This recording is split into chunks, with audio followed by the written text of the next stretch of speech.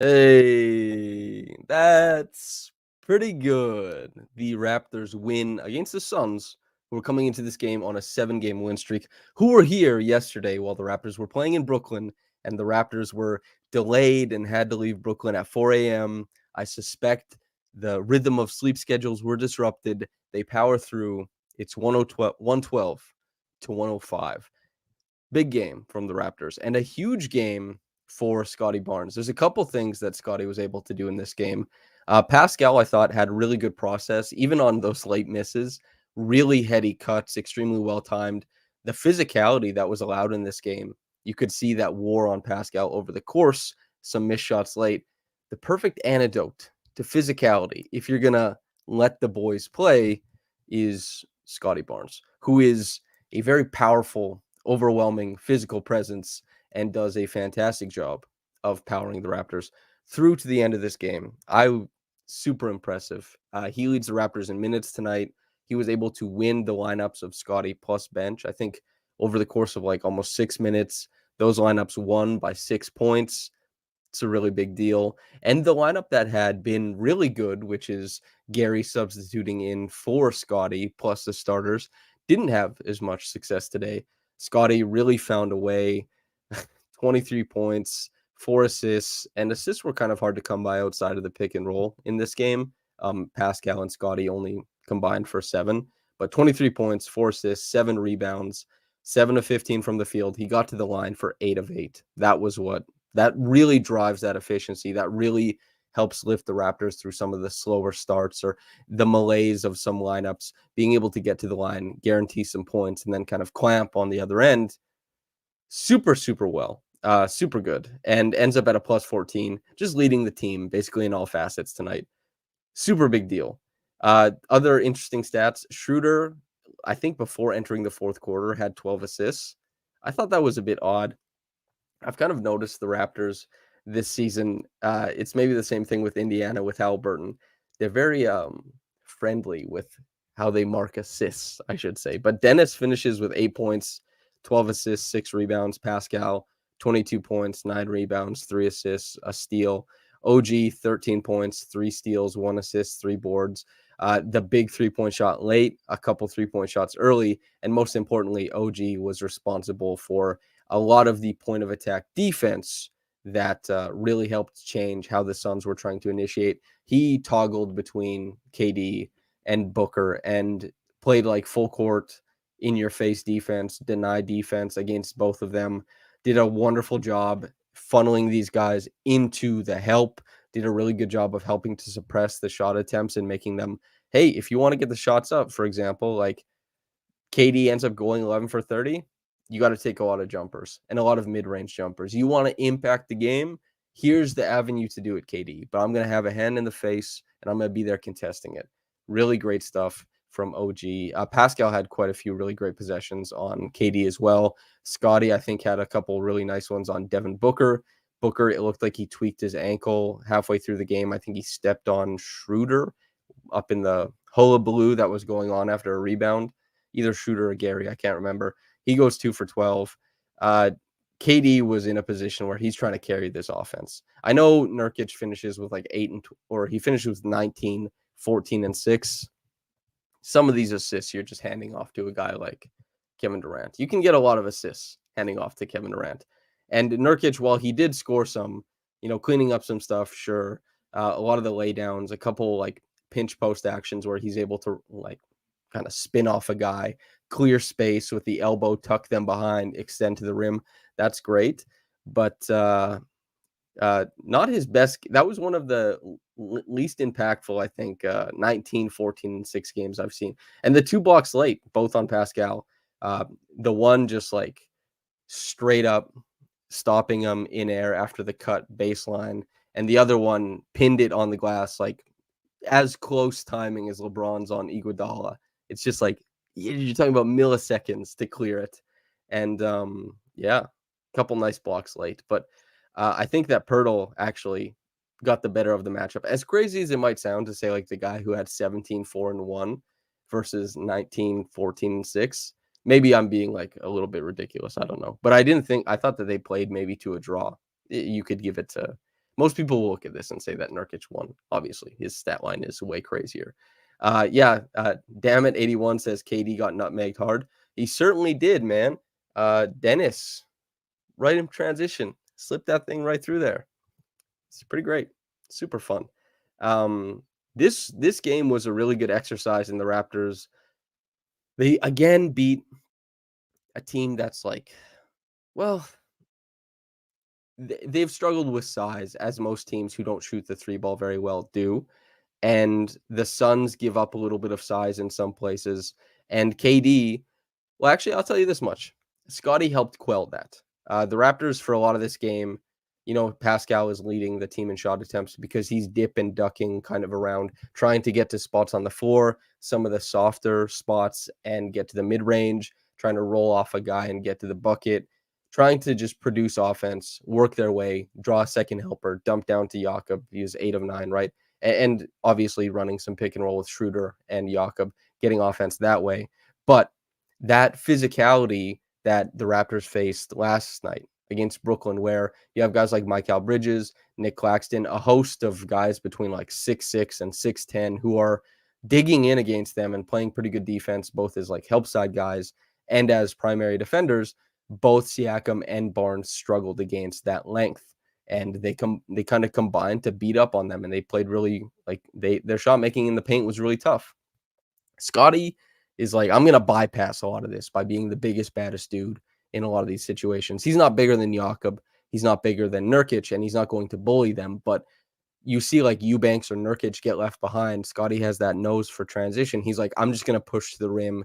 If people show up in my lane, maybe I'll take it a little bit wider, but I still need to get there at the end. If he misses a shot, he's pursuing his own rebound like a maniac, putting it back up and in. That's why, like, 7 for 15, nothing to write home about, but he got to the line, he pursued space, and it was a really impressive performance. And a lot of it came late. He's really driving the Raptors offense late. He's a huge motivator of what's working defensively. This was one of the better games as far as his work on the perimeter. Yes, he got back cut for like 4 baskets, but if you're playing denied defense on KD, guess what? That's going to happen. If you're playing denied defense on Devin Booker, that's going to happen. They're going to try and run corner offense. They're going to bring a guy over with the handoff, and they're going to try and initiate that kind of stuff. That's going to happen. I thought that Barnes had a really good defensive game. The 3 blocks, a couple of them just came up huge, man. He had that one possession where he's doing like that schoolyard stuff to Booker. He's doing like the twitch, like he's going to go grab at it.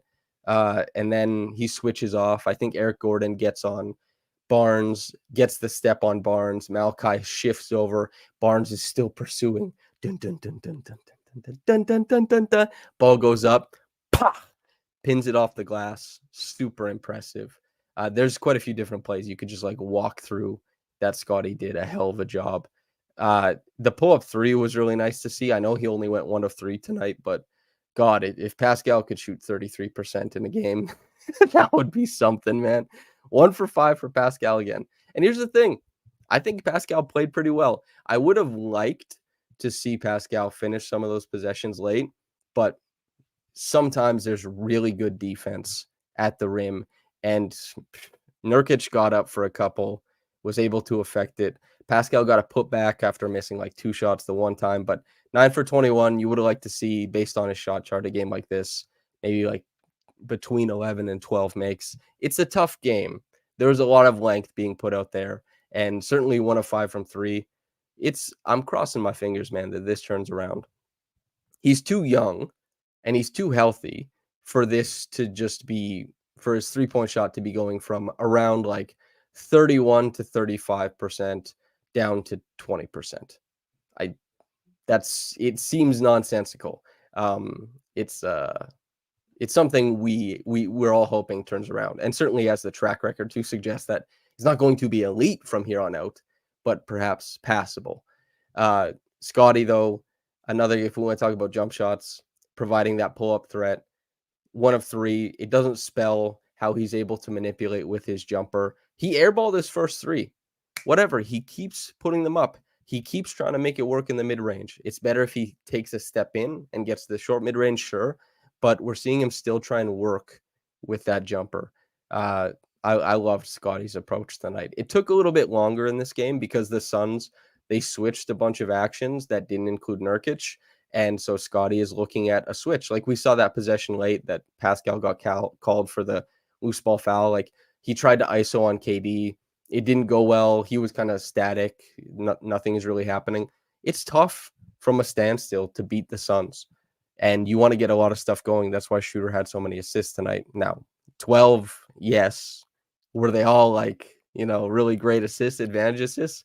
I'm not so sure about that, but I thought that Scotty, given the difficulties that the Suns defense presented and the fact that some of them were similar to what we saw against the Cavs and what we saw against who'd they play last night? How am I forgetting this already? The Nets. Some of the difficulties or strengths of those defenses are aligned, and Scotty, I think, was taking in that data over the past couple of games. He found it after the second half in this game. There was some passive play from him, maybe, and some people might look at that and say, "I don't like how he's being used." That's fine too. Basically, he found a way, and it was with really aggressive play where he attacked the basket mercilessly and with a frenetic pace and flexed on everybody on his way there. It was super, super impressive. And yeah, just to talk about, I guess Gary, I could talk about too. Gary, I thought was really impressive on a 5 for 13 night. It's tough to say it, but if the Raptors are going to get like 22 from Pascal, 13 from OG, 17 from Jakob, 23 from Scotty, and they're going to play good defense, getting 13 on 13 shots from Gary, 1 point per possession, basically, you can live with that. That's good enough. He just needs to reward some of these.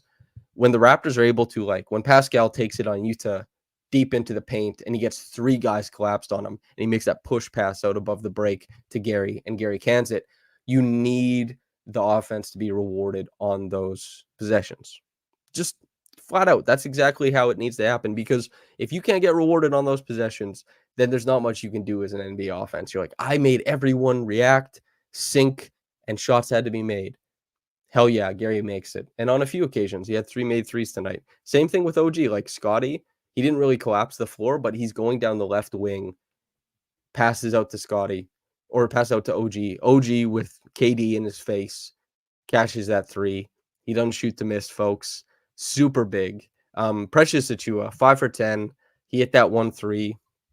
When the Scotty plus bench lineups have looked better, it's typically included a Precious 3 and a Scotty 3 during that run. They met both of those conditions tonight. They got the Scotty 3 and the Precious 3. On top of that, too, Precious, he had 10 boards, 6 offensive. The Raptors, during some of those in-between lineups, are really trying to get a lot of extra possessions. And that helps Scotty, too, to kind of like hang around the rim, bang around with Precious, too, and try and make something work. Precious ends up tonight, 14 points, 10 boards, and 2 steals. I like Precious. This is why I got asked last night. Boucher didn't really play that much. He played less than 3 minutes in this game. But I got asked last night, why did Precious play ahead of Boucher? And I said, because Precious typically can allow you to play a really aggressive switching defense, and he's not going to give up anything. Like, Precious's defensive stretches are so impressive when he's on, and when the Raptors are like, okay, we have a really good unit. The best Precious minutes are always really strong defensive ones. Yes, he made the 3 tonight. But the most important things that he brings, and you hope that are more consistent, is that defensive punch, and like 6 offensive rebounds in this game is insane. Super, super impressive from him. I reckon Precious gets the chain tonight, if I had to guess. It seems to be being handed around so that they eventually want to get it to like everybody on the roster. Precious, 18 minutes, plus 6, 14 and 10, 2 steals, had an assist as well. Hard to imagine he won't be the one getting it. So stay tuned with Dennis Schroeder's Instagram, because I think he's usually the one who ends up posting it. C4C says Precious redemption arc. I hope people aren't too low on Precious. I think that Precious can do a lot of things really well, and he needs to stay within himself more often, certainly. And he certainly does have limitations, but I hope he's not already at the point where it's like redemption. But I hope that this run of play continues, and I hope that they're not undercut by, games like tough games where he has a tough time fitting in defensively and a tough time fitting in on offense, which the offense is always going to be a little bit tough. He would be like, I just remember the end of the 2022 season where he was for like a 24 game stretch. He was shooting almost 5 3-point attempts per 36. He's a bench player slash starter at that point in time.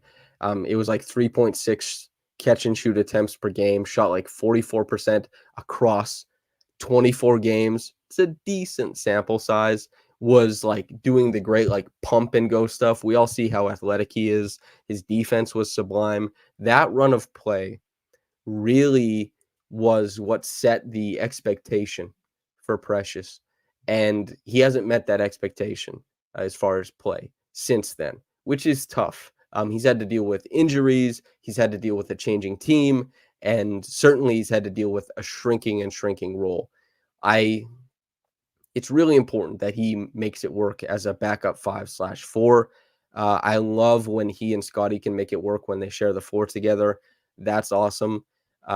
Just really great game from Precious. I hope that this is a continued run of play.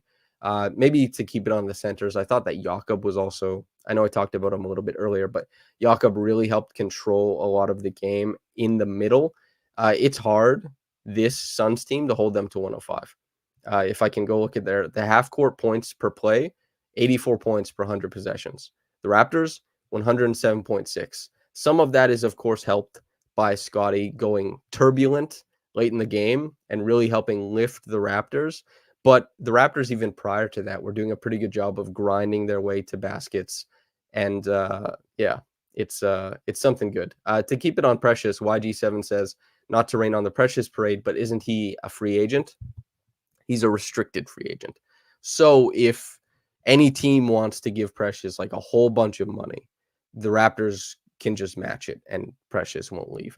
So Precious, I think, is probably going to be back with the Raptors. He would have to get like a very, very big bag from another team to make the Raptors say no. Where that's quite different from Pascal, OG, and Gary, though, um, who are all unrestricted. So, good game. Very fun game. Scotty definitely leading the team in this one. And while the Raptors, they stayed afloat, and Precious and like a bunch of guys helped contribute to that, of course. That was great to see, obviously. But Scotty comes along and lifts up lineups that typically lose minutes so that the Raptors starters can get rest. The Raptors starters in this game, I think, played 21 and a half minutes. They were out there for 84 possessions. They won those 21 minutes by 6 points. Some of that is the late stuff. But as far as like Gary, Jalen McDaniels, Precious, Malachi, Scotty, we got 6 minutes of that lineup. 19 points scored, 13 points against. Another big stretch where they win. These are a lot of things that are working. Okay, this is what you really want to work for this team. You always want your starters to win minutes. If your starters can't win minutes, you're working from behind the 8 ball, no matter what, all the time.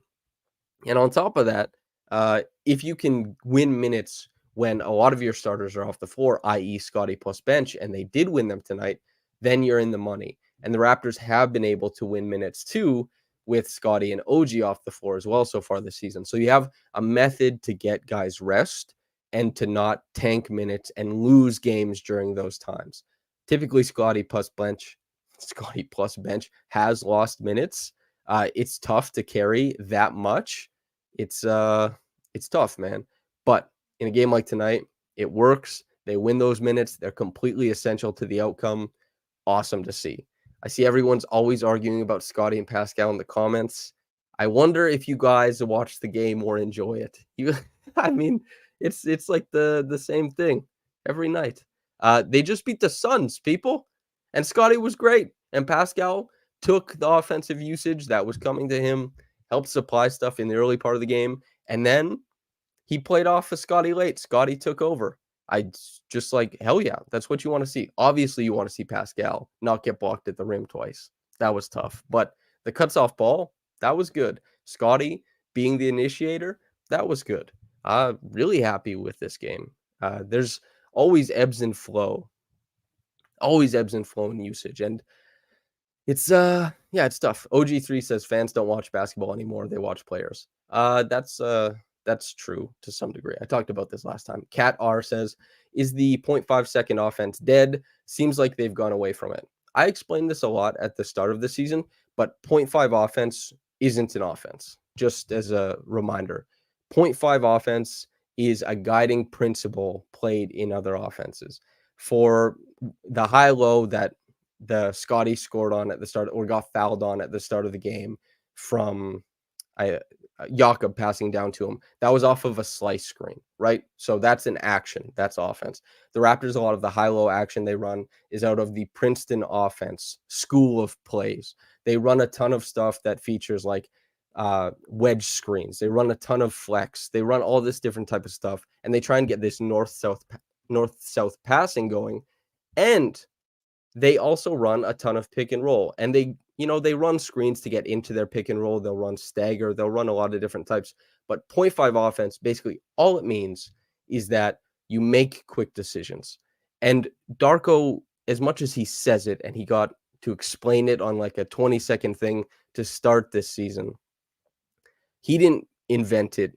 And I said this before when I wrote about this at Summer League, but the Cavs coach, I believe it was Jarrett Jack, was on the sideline yelling 0.5, 0.5, 0.5 to his team.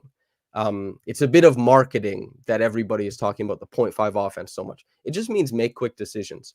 Sometimes the Raptors aren't creating advantages, and a quick decision when the ball is just sticking around the perimeter doesn't create anything for the offense. It doesn't create anything for anybody. A slow, deliberate play can be a lot more effective than a quick play where nothing happens. You don't get downhill. You don't beat your defender, nothing like that. And the Raptors have been trying to find the right mix of off-ball cutting, the right mix of strong, deliberate plays, all that kind of stuff. OG3 says 0.5 offense is like saying physical defense, basically. Yeah, it's kind of just like word vomit to some degree. You'll hear any coach say it. You'll hear a ton of coaches say it. C4C says we use the Chex Mix offense, a little bit of everything, LOL. Yeah, there's a ton of plays left over from the Nurse playbook. Like a ton. Even Jama Malalela, he diagrammed the play on screen, and the Raptors ran it and scored off of it, which was cool, but that was also a play that was here last year.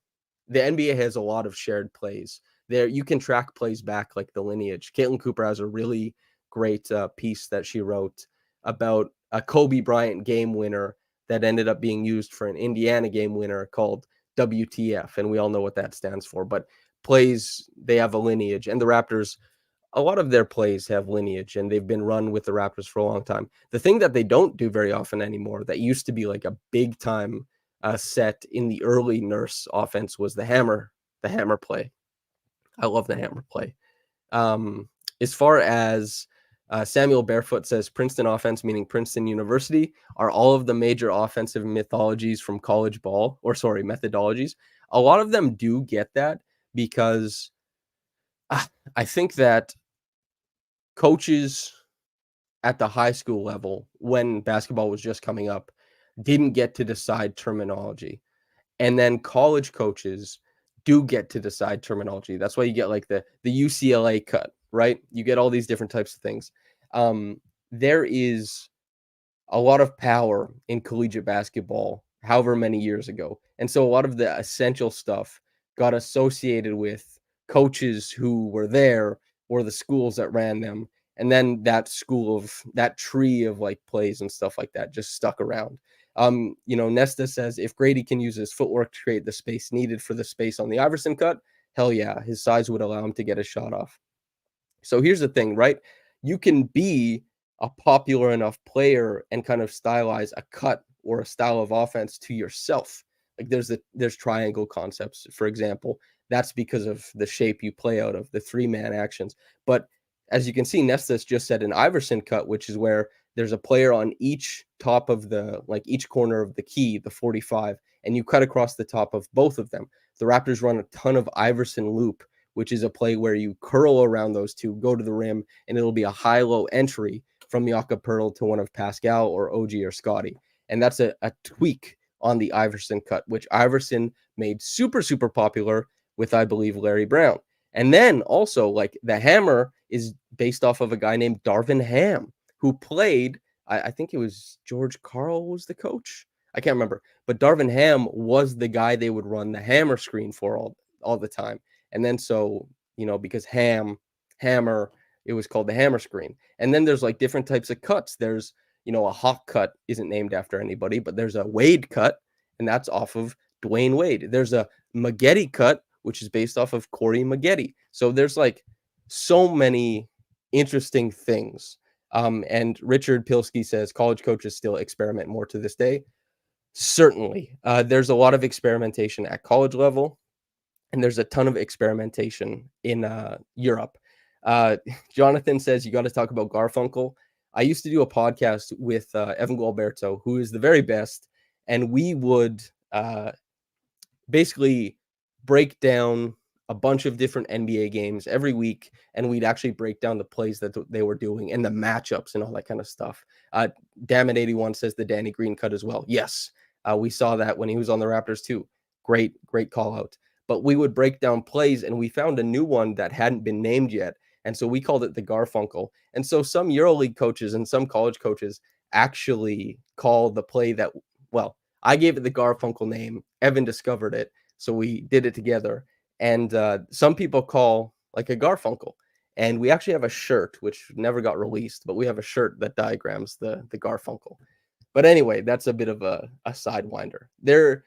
So basically all this to say, the Raptors are still running a lot of the 0.5 basketball principles, but quick passes aren't necessarily the best passes. Scottie, having a play where he's, probing the defense for like 3 seconds with a live dribble and then finds and like gets a step and makes a read to the corner. That's good, but that's not 0.5 basketball. You get my meaning?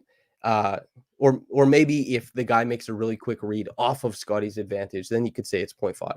But just passing quickly for the sake of passing quickly is not anything good. So certainly that's kind of, I guess, my thoughts on that. But anyway, so Slow-Mo says, do you want to actually talk about Raptors game or just hear yourself talk? Hey, brother, I've been doing this for years, man. I got to tell you, I've spent a lot of time talking about the Raptors, like heaps and heaps and heaps. More hours than I can even bear. I've spent a lot of time talking about the Raptors, and I do this job because I want to talk about the Raptors. But sorry, I spent 4 minutes talking about plays around the NBA and the etymology of plays. But honestly, brother, you're watching me. You probably don't like me that much. There's other stuff you can listen to. My apologies, but hey, I'm just here talking. We're all here to talk about the game. Okay, let's talk about another fun lineup. So we got Pascal, Gary, Precious, Malachi, and Scotty. This is a big one. Why? Because again, Scotty in this game, I know sometimes you can talk too much about one player, but in a game like tonight, I think that Scotty did such a good job in basically every lineup that he is in of motivating wins. And I love seeing these different lineups that work together and do different things, right? And they succeed at different things. Pascal and Scotty have typically had a tough time without OG trying to make it work because where's the shooting? But Scotty, in a game like tonight, as I talked about at the start, being able to overpower guys with his physicality and get to spots on the floor, really impressive. I love when you look at this lineup data. And of course, lineup data could swing wildly from place to place.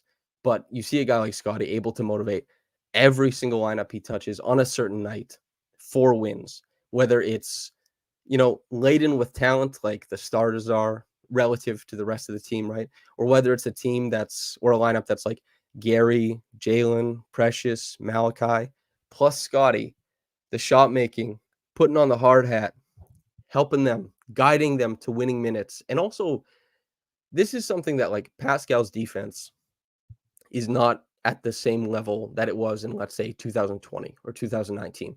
I still think Pascal's been a positive defender this year. I liked Pascal's defense. I don't think he's a negative. Some people might try to argue that. No problem with that, but I think he's been a positive. Scottie, it's really awesome to watch him expend a ton of energy on defense and then also give you so much on offense. This is one of the coolest things about young stars. We can already see it happen with Jason Tatum, for example, where Jason Tatum is a little bit less effective defensively now than he was like 2 years ago. Jason Tatum is maybe outputting a little bit less effort on defense now than he was a couple years ago. And Scottie is currently in that young star little bubble where you're there defensively. Like he's not a perfect defender. Phoenix Plays is saying he still sucks at the point of attack. I wouldn't say sucks. He struggles at some things at the point of attack. And he had a couple really nice possessions at the point of attack tonight. And he's giving you so much on that end, playing this excellent, excellent help side defense. And also on top of that, he's giving you tons of work offensively. He had to find his way to it in this game. But once he found it, he was dragging lineups with him to winning minutes. He was dragging them to winning minutes on both sides of the floor. The S tier help defender, though, I love that comment. Scottie is incredibly impressive when he gets to work within his instincts. He's a very quick jumper. I remember shortly after he got drafted, they sent a picture of his workout and, the pre-draft workouts. And Scottie's grabbing the ball, dunk. He's right under the rim. It's like grab ball, dunk, dunk, dunk. Just seeing like how quick is that jump? How quick is your second jump? How good is your stamina to keep going up? And that is a skill that translates to the other side of the floor. It's like, well, if you're going to be popping up in close proximity to guys, you want to be a quick jumper. You don't want to slow load because then they're going to get to the glass before you. They're going to beat you in the air. And Scottie is a guy who like very quickly gets off his feet. Does an awesome job of that. And he's also got a wingspan that goes forever. He's got a great nose, great little sniffer for where to be on the court at the bottom. And I thought it was awesome, man. He had a really great sense of where to be defensively tonight. You want to talk about point of attack stuff? He doesn't have the foot speed. There's like high hip stuff that happens as well, trying to keep up with guys, being bendy around screens. He can get caught. Certainly that happens, but not every defender can do everything. Bam is one of the only guys who truly does that. OG is one of the only guys who truly does that. And Scottie, when you can keep him in the bottom of the defense, he can be such an effective defensive playmaker. Scottie got the chain. Cool. Good for Scottie. I thought that Precious would get it, but hell yeah, good for Scottie. And from KO or Co, do you genuinely believe Scottie's been all defense this season? The first handful of games, the defensive playmaking was at such a level that I thought that if he had kept that up, like the stocks numbers, there's no way you could turn it away. There's no way you could ever say he hasn't brought all defensive level stuff. If a guy's sitting at almost like 4 stocks a game, he's going to make an all defense team, I reckon. That's what I was thinking earlier on in the season. At this point, Scottie, if he's like as effective as he's been from this point until the rest of the season, he probably doesn't make an all defense team. But like that's the thing too, is you have to, it's the reason why, OG didn't make an all defensive team early on, because you have to first get your rep up, and then you have to establish your rep, and then you have to keep playing really good defense, and then you have to wait for one of the guys who has the rep already to fall off a little bit, lose it, and then you can enter that. It's like there's, I don't know, all defense impact. There's like 22, like 17 to 22 guys every year who are in the vicinity. And then there's like 3 or 4 guys who are just clear cut in the, maybe, let's say, defensive player of the year conversation. And then a lot of other people, there's like reputation, and there's just depends on what the writers see, what have they been exposed to, and that impacts a lot of it. It is a popularity contest because a lot of people don't know how to watch defense, and a lot of people don't know what to look for defensively in the stats.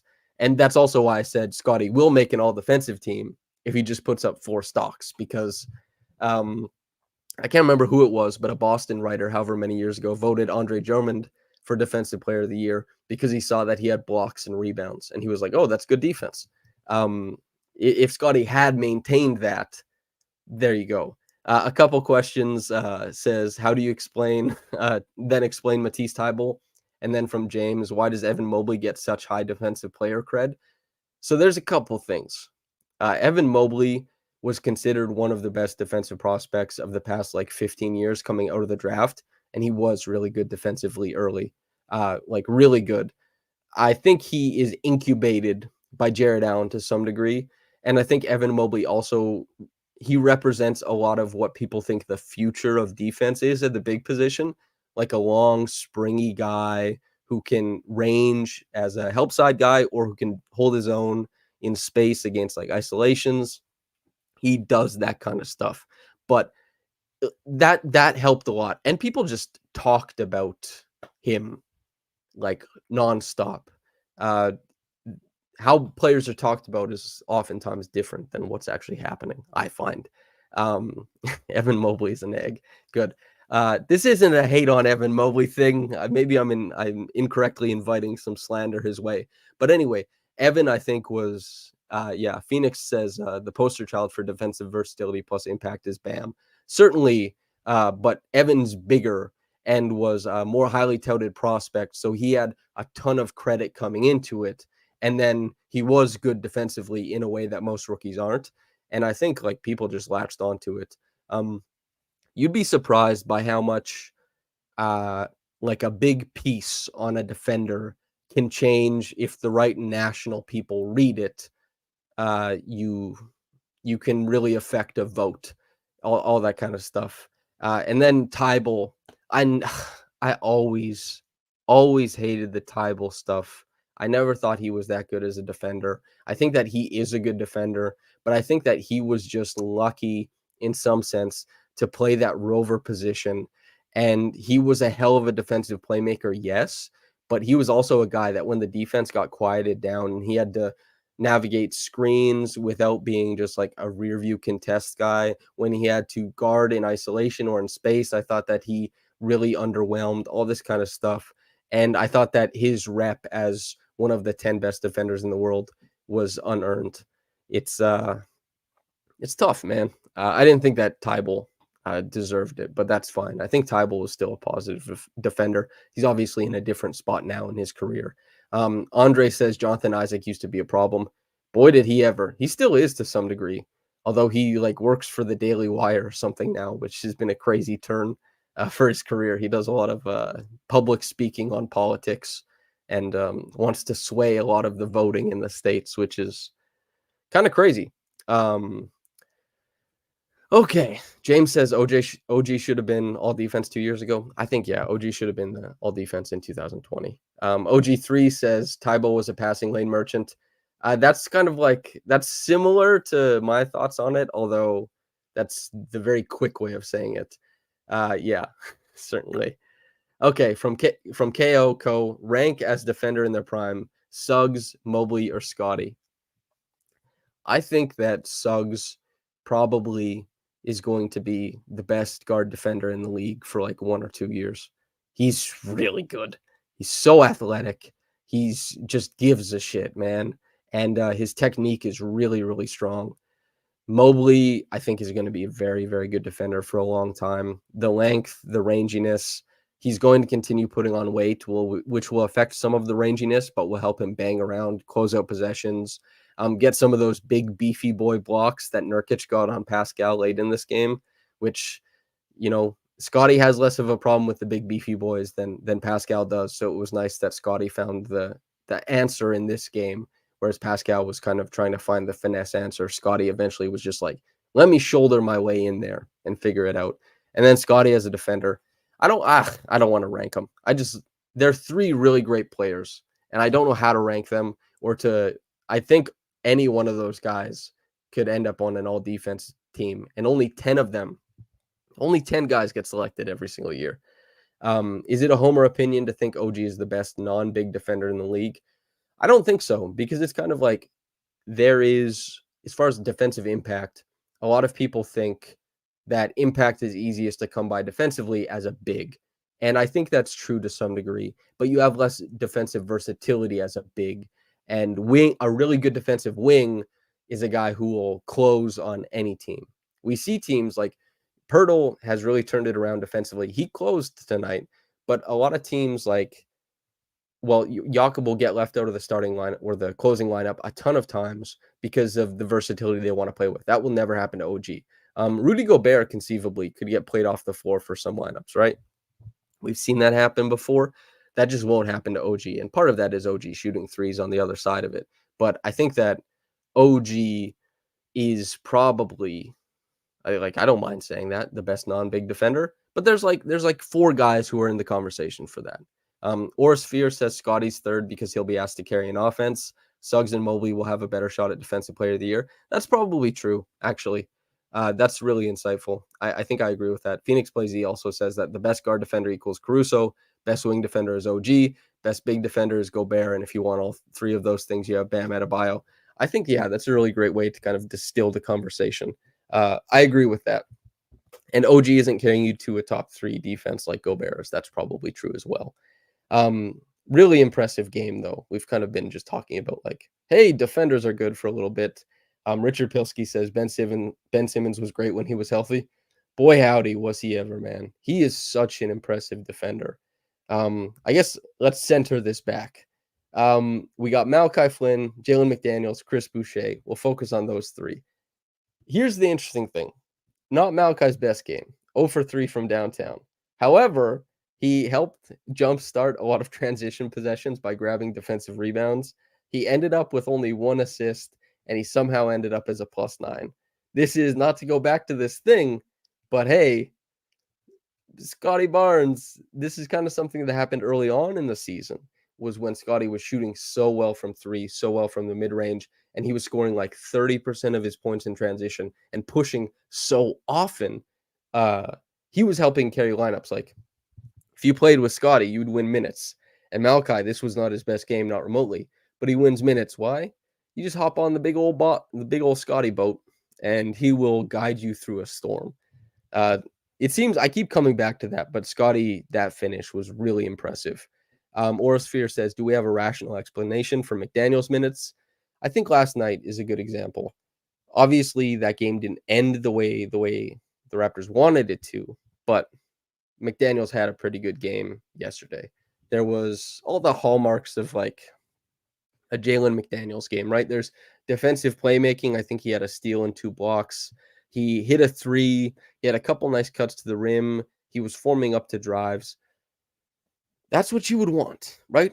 That's what you would expect. And he got another look tonight because, inertia. They wanted to see what it looked like. And I suspect in this game, they thought Boucher, just because of the switching they wanted to do, end the likelihood of Boucher getting stuck on a guy like Booker or getting stuck on a guy like KD or even getting stuck on a guy like Goodwin who can probably beat him off the bounce. That's probably why McDaniels got the look. I still like Boucher much better as a bench option. But Boucher is a guy who can swing wildly based on the coverages or the personnel on the other team, from a coach's decision did not play to playing like 22 minutes in a game.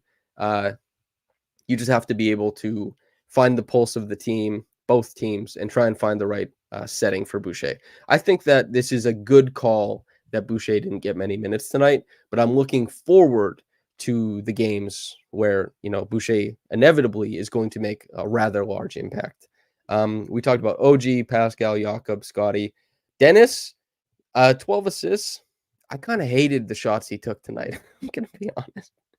He got stuck because they were playing drop against him with Nurkic and Eubanks, and he got stuck in a ton of like 12 to 9 foot push shots, and he missed all of them. And he did hit a three in the corner. That was nice. And he did end up with 12 assists. Some of these are just like the Raptors are moving through the motion, the framework of the offense. He's just giving a guy the ball. He's not really creating advantage, but that's nice to see. But yeah, the shot making in this game and the decision making that led to a lot of the shots he took, I was like, damn, that's not very good. Pascal in a game like this, I loved a lot of the shots that Pascal took, especially late, cutting off the ball when the defense is engaged on another guy, and unfortunately, not being able to finish. You really need to be able to finish these plays. They ended up winning, so hey, it's just a short little thing. Pascal has finished those plays in other games. Nesta and OG3 say give him the respect for the nutmeg. The nutmeg, yes, that's true. That was pretty sick. And a good finish from Pascal. Dunked it. Nutmeg was pretty sick. Yeah. Just like good for you, Dennis. Nice little nutmeg. Yeah. Let's see. What else are we trying to talk about? Not that much, right? I know it's I used when I was doing these non-live stream ones, the reaction podcast was like 15 minutes to like 25. It would maybe go 30 if there was a big game. Now I'm talking to you guys for like an hour every time. And we're not talking about the game the whole time, obviously. We're just talking basketball, and I'm just, obviously we're just going back and forth. But yeah, I think we've talked about that game as much as we need to. Anything cool coverage wise? The Raptors switched a lot, and when they were playing Jakob, he played really good at the level. He maintained the middle super well. That's a nice continuation across like quite a few games. That's 3 games in a row where I think Jakob has been super, super impressive. Like playing the middle. He had a lot of trouble earlier on in the season setting the edge without allowing the split. And that's tough because you as the big, you have to be able to do that, to set the edge without allowing the split. And it's tough to know exactly where that is based on each player, and that's somewhat informed by your defender, your second guy who's defending the ball handler. But as the games have gone on, like, yes, Dame was able to do it, but Donovan Mitchell wasn't. And I don't think that's just the personnel on the other team. I think that's Jakob doing a better job of knowing where to set the edge to turn it wide. And as far as like turning it downhill, if a guy is going to split, make sure they go wide the other way, snaking it. That stuff is really important. Co and James, a couple Pascal things, says talk about your favorite potential Pascal trade packages from Co.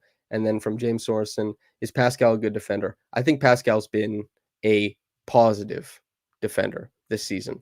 Good. Good is just you look at a guy and say he's a good defender. I think Pascal has been a good defender for a long time. I think he has played a lot of minutes the past few seasons, has dealt with injuries. You can see a little bit of athletic decline that's affected it. And there's also like some mental lapses as well. And it's been tough for him. But in spite of all those things, I think he still grades out as positive. And I like saying positive instead of like good, because I just like saying positive because it means that a guy can exist in positive defensive units and he's not going to crater positive defensive units, all that kind of stuff. Yeah. Everyone wants to talk Pascal trade packages. You guys are crazy. They just beat the Suns, which doesn't mean that Pascal isn't going to be traded or that Pascal is going to re-sign or anything like that. But they just beat the Suns. That's fun. That's good. Pascal played pretty well in this game, I think, anyway. And yeah, Andre says, well, every stream has a trade question. Certainly it does. Everybody loves trades. This is something I don't talk about very often on like the weekly podcast or anything like that. I don't typically like talking about trades that much because you have to do like a lot of legwork to figure out the cap, and I don't want to be a lot of media members. What they do is they'll just like put out trades that aren't legal, that can't happen.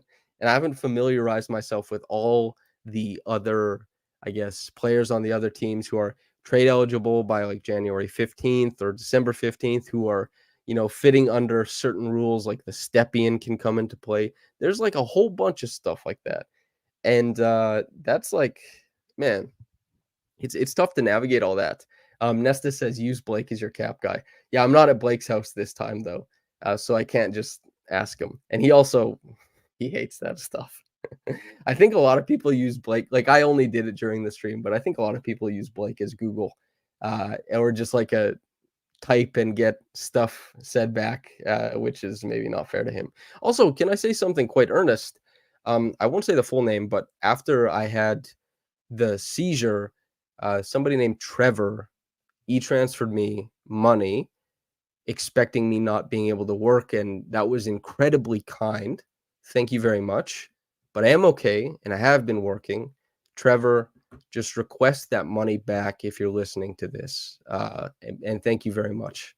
Just the gesture is incredibly kind, but I have been working and I didn't have to take anything off. And Raptors Republic would look after me anyway, but that's an incredibly kind gesture. Just if the Trevor who sent me that money is listening, just request that money back, please. Yeah, that feels like 50 minutes of talk. Uh, you know what I mean? It's lots of basketball, and I don't want to do the Pascal trade talk again. Oh, here's one from Solar Tier. What does Grady need to do to return? So Grady needs to hit shots. Grady does a lot of things. I was on the Raptors show yesterday before the game with Blake. We talked about Grady for like 10 minutes maybe because Blake had talked to Grady down in Mississauga at the 905 game. And also Grady had talked to Blake about like a number of things, but also, of course, that he didn't actually tweak his jump shot, that he's just getting reminders of good jump shot physical things to remember while he's doing them. But that's the only difference from Kansas to the Raptors. He said his jump shot is the same as when he and his mother worked on it when he was like, what, in grade 8 or 8 years old? I can't remember exactly what that is. Grady has to hit shots.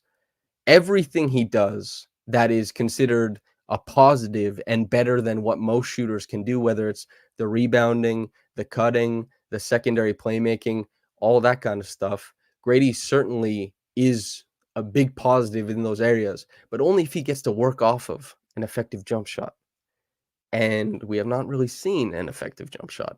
And so he doesn't really get to work off of that stuff.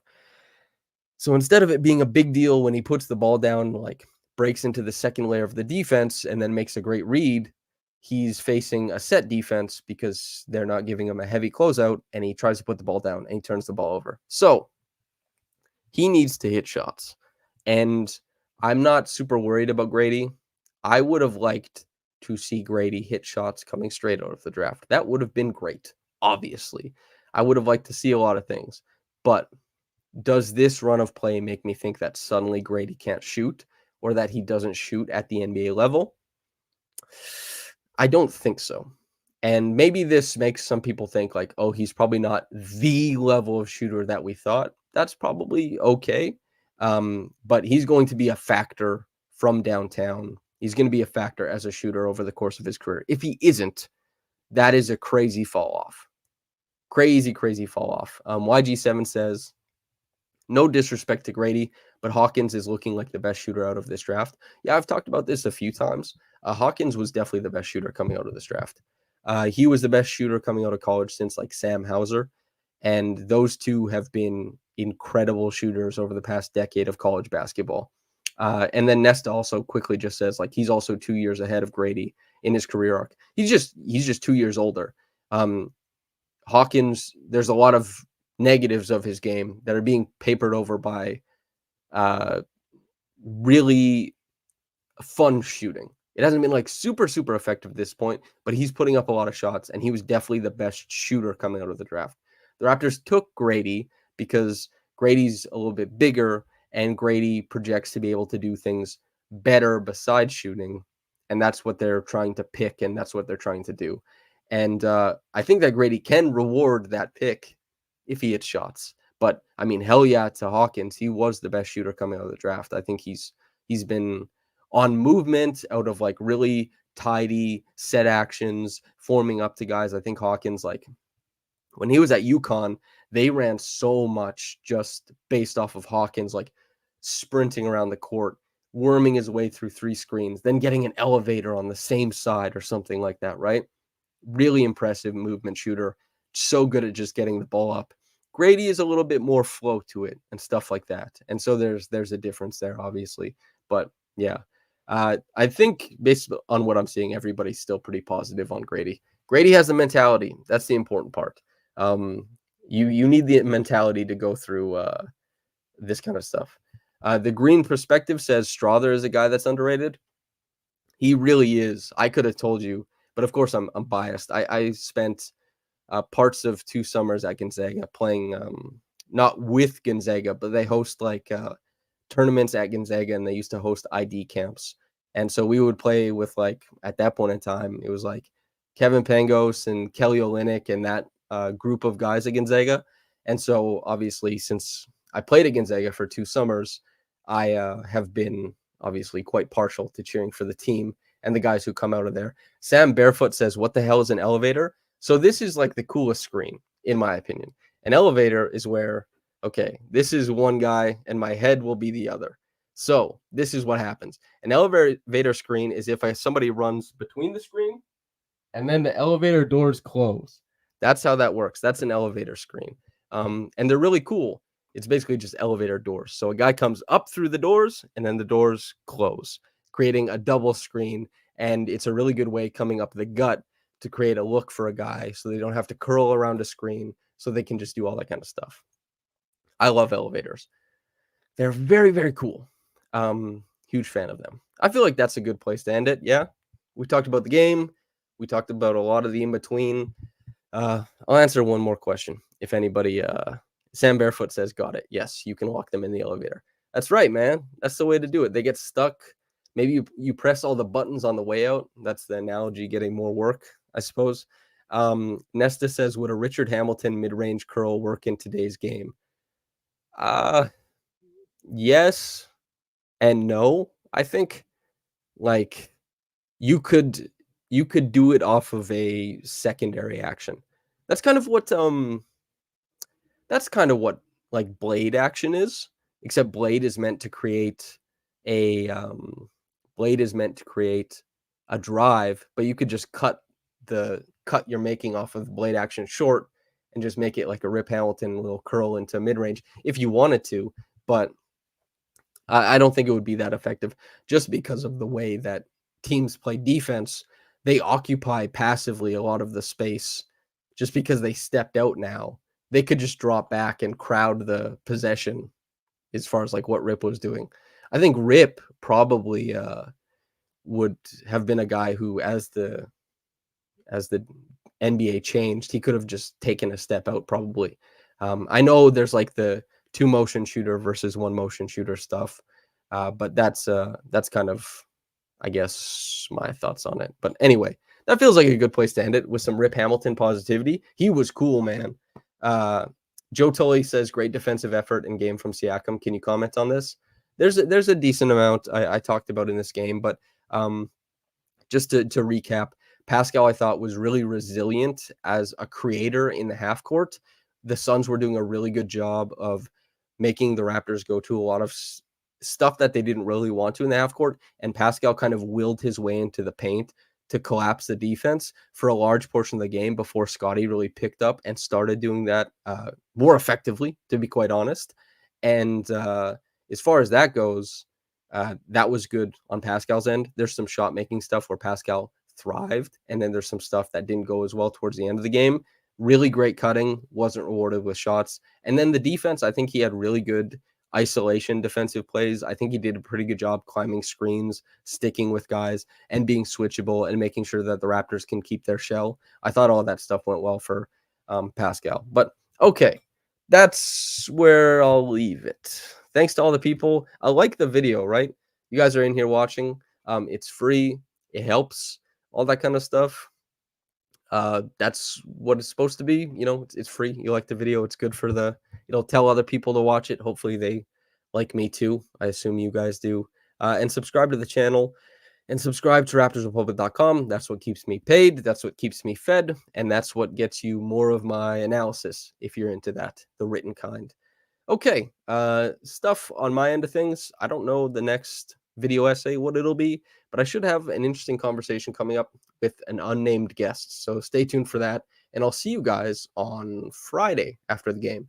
So hell yeah. Thanks to everybody for tuning in. You're all the best. From the names I can see, Luna under my eye, Top Shot Tesla, James, Hotes or Hotesy, YG7, Richard, Joe, you're all great. I could scroll up and say everybody. Nesta, C4C, Damn it 81, Sam Barefoot, Gabby Robertson. Thanks to everybody for tuning in. All the hundreds of you, the lot of you, you're terrific. Okay, that's about it. For the people listening on their walks or at the end of the night, thanks for tuning in on the podcast app. Much love to you guys. And whether you got into this in the morning or at night, have a blessed day and goodbye.